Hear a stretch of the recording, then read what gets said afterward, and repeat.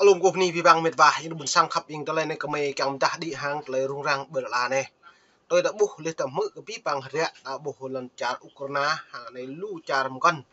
le dah pi pang pro ka char nga nyu mau xâm lược ka char Ukraine nó này nga này ta buh met va him pa le cất lên này nó mày đặc biệt thì buh la đôi buh bật lon này ý thấu hang tale pi pang hria chính phủ chiu bang dắt cha ka ani cho mày đi một dah di keprok ka cara ngah nyemanga lên này mau bình vực tưng mà prok hàng lại gây cả tập hian nó như lẽ ba tổ chức phi chính phủ cho biết sẽ ngừng hoạt động ở Afghanistan vì Taliban đã quyết định cầm các nhân viên nữ. Lê Tông trong một tuyên bố các tổ chức Syria thể hiện Syria Cambe và hội đồng người tị nạn ở Cao Ý nói trong khi chúng tôi làm rõ về thông báo này, chúng tôi đang tạm dừng các chương trình của mình, yêu cầu nam giới và phụ nữ có thể tiếp tục hỗ trợ cứu sinh và vệ sinh các một cách bình đẳng.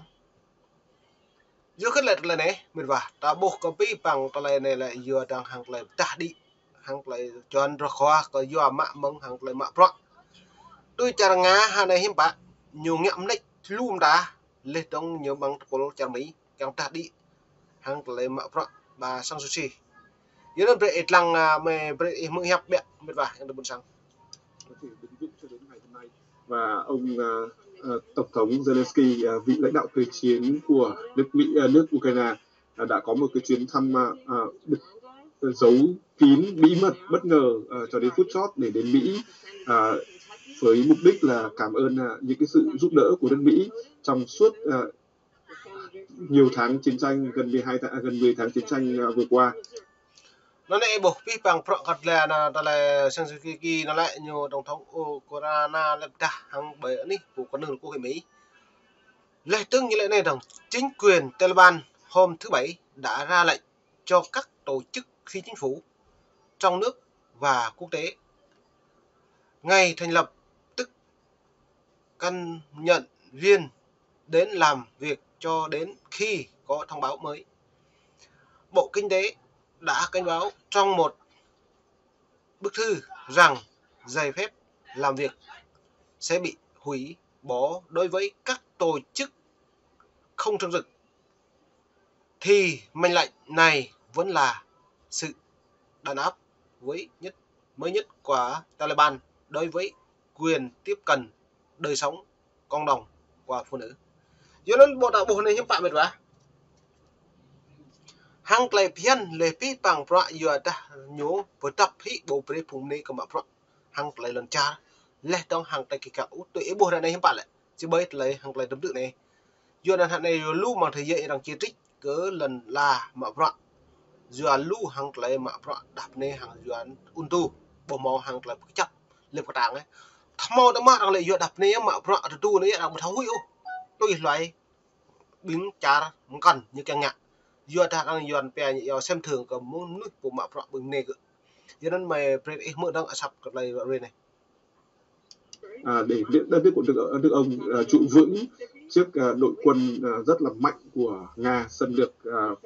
và ông cũng sẽ nhân cơ hội này để cảm ơn Quốc hội Mỹ, cảm ơn nhân dân Mỹ cũng như là cảm ơn các đồng minh của nước Mỹ. Nó này giờ ta pi bằng prọ giờ ta hàng bậc tưng hàng lại mạ prọ lên tông hàng máu Whisky nó lại tổng thống Ukraine nhưng một ní cơ mà binh chăn Mỹ mà brought lên tông hàng lấy Giru lên tông hàng lấy cái cal mà brought vớt được bông ní lên tông mà brought bằng bà sang sushi nó lại giờ ta nhu nắm quyền mà brought bằng thôn này nó lại rung răng lại blang ngắt lại dày được rút cỡ ní trả Ukraine nó lại màu mà mông nôn này lại màu rằng được blang màu lục lẹn này lên tông như thế này rằng Ngoại trưởng Hoa Kỳ Antony Blinken nói hôm thứ Bảy phụ nữ làm trung tâm của các hoạt động nhân đạo trên khắp thế giới. Quyết định này có thể là thảm họa đối với những người Afghanistan. Chúng bộ này lại pi bằng phải hiếm bạc nhiều lệ dọa bên này có lấy bố định ra hàng lấy cha ấp tăng nhưng mà mừng ní một cơ hội cái cha Nga lợi dụng cơ bọn này như từng hàng lần cha cần như này rồi nên em mới đăng tôi cha Ukraine Penny cái tổng thống Ukraine này đấy Penny cái cha Mỹ một yêu cái nhau của hội Mỹ và yêu hàng lấy nuôi là hàng lấy học toàn và cắt lấy thao thay tôi em mới đăng cái mềm ta và cũng là dịp để ông kêu gọi sự giúp đỡ hơn nữa, sự đoàn kết hơn nữa, ủng hộ về mọi mặt, về vật chất, về tinh thần và vũ khí để nước ông tiếp tục một cuộc chiến tranh có thể được xem là lâu dài, kháng cự lại cuộc xâm lược của nước Nga, của Tổng thống Nga Putin, được xem như là một cuộc chiến tranh khủng bố, một cuộc chiến tranh phá hoại, làm cho người dân Ukraine rất là khốn khổ. Việc mà ông được mời đến phát biểu trước Quốc hội Mỹ là một cái vinh dự rất là đặc biệt, bởi vì không phải nhân vật nào cũng có thể đến nước Mỹ được. Chúng ta biết rằng là nước Mỹ là nước tam quyền phân lập, có 3 nhánh hành pháp, lập pháp. Giờ đó đã bổ hồi hiến bá cắt lệ này nước Mỹ nhiều hóc ác tổng thống Zelensky Việt Nga nhiều tổng thống Ukraine nhưng mà đã đi cái pi bằng nhập cái cha Mỹ một yêu nhau lệ thương hàng lệ nhiều hóc ác giờ đã bây giờ bất cứ bộ lệ ưu tùy này yêu phát biểu cái lạc một lệ rung răng hàng nập đã bên lần cha Mỹ một cuộc hội Mỹ để buộc có trở lại thế mà giờ nó nhiều đi cái cha Mỹ mong lâu đấy tôi này một tùy yêu đã chào đã hàng lệ học toàn và cỡ lại của mình bữa ngạ cái một giờ nó như thế giờ nó nhiều bộ màu vợ cất trả rằng do mạng mừng trả quốc hội Mỹ lên trong đồng minh đủ giờ nó nhiều tùy công hàng tùy kẹt rì cái nào buồn sang tôi đợt này trả Ukraine như một cái nắp đạp lên trong lút lại lan hàng lại do cái trả Nga nhiều xâm lược cái lật là vật cả nắm nuôi nhiều ngã luôn ta không là gì thì vàng em mức cất lại ta nó lại hẹp này và tư pháp mỗi một nhánh không có quyền gây ảnh hưởng lên nhau, nói gì là một nhà lãnh đạo của nước ngoài đến để mà phát biểu, để mà tạo những cái ảnh hưởng lên Quốc hội của Mỹ. Vì vậy trong lịch sử của nước Mỹ chỉ có một vài nhân vật rất là ít ỏi, một cái số rất là ít ỏi những nhân vật có tầm ảnh hưởng, có cái sự vĩ đại mới đến nước Mỹ để mà phát biểu, chứ không phải là ai cũng đã đến mà phát biểu được. Ví dụ như Việt Nam cũng đã có những vị lãnh đạo của Việt Nam đến nhưng mà chưa có ai được mời phát biểu ở Quốc hội Mỹ. Mà nói như là lời của ông Tổng Bí thư Đảng Cộng sản Việt Nam, tức là mình phải như thế nào thì mới được người ta mời, đúng không? Thì đây khi mà Tổng thống Ukraine Zelensky được mời thì đó là cũng là một cái thể hiện một cái vinh dự, cũng là một cái điều đặc biệt, một cái sự tin tưởng và một cái sự đánh giá. Giờ đến lần này đã bố pi bằng tôi hàng lại dân dự cái nhố hàng lại nghiêng ang cái trả tổng thống Ukraine Zelensky hàng lại đã đi bởi cái nư của mạng phun rong giờ đến vắt nó lần trả Việt Nam có cái mà bố màu cao úc một lần nộp trả có pi bằng hạt rẻ cái lần trả cái nhập bù giờ này như vậy nó đã bố tổng thống vắt cái trả Việt Nam chủ tịch nước bờ đá nhờ nào cái trả rằng bố mà nhập trả cái lệ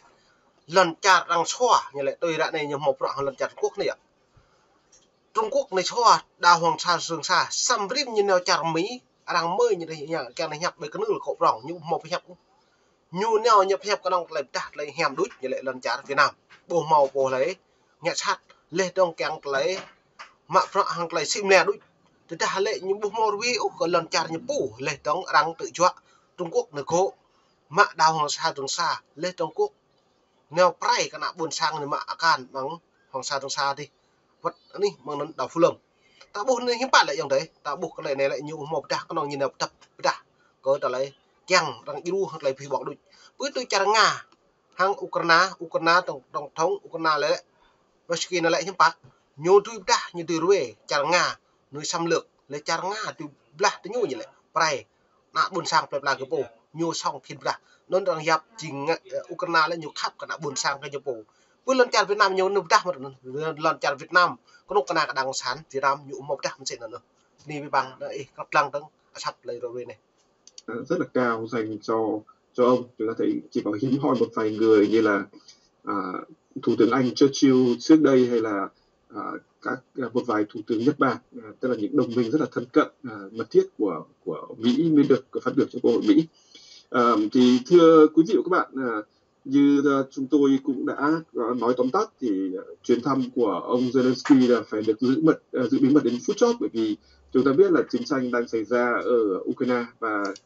Yo na bohe pi pang pro na kelak nyo nau hang rang petak mo ko bo pre kelak yo dah lon cara kelak rung rang bo mau tiết lộ có bo lai nhiều nào trong hoạt tổng thống nào trong hoạt trạng Mỹ quốc hội Mỹ lại nhiều nào đắc gật lên này yo nó trong nhiều loại về béo lên rằng đắc một truyền thống hàng lại là pi pang nick cái mọi hàng lại cầm hàng lại kia cả lên trong hàng lũ chả cần kèn yêu cái chả Ukraine này nó mùa nàyเราพิมพ์เลยอย่างใดบนสร้างขับเองเมื่อหลายจุดนั้นบุกบุกหะร้อนก็เหมือนดับเลยตาบ้านนี่แต่บอกว่าเราไปบุกละก็เลยให้ดิบลานุชจารบิงนุชxâm lượcจารงาxâm lượcจารอุกรา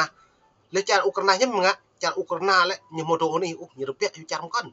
câu cáiจารบนคุมปรองเลยยูลำจารคือโบนี่ระบาดนี่ระบบอะไรก็หอกนะดีกับลังดีการนิ้วถืออะไรพิงรับให้มงนี่ไปบ้าง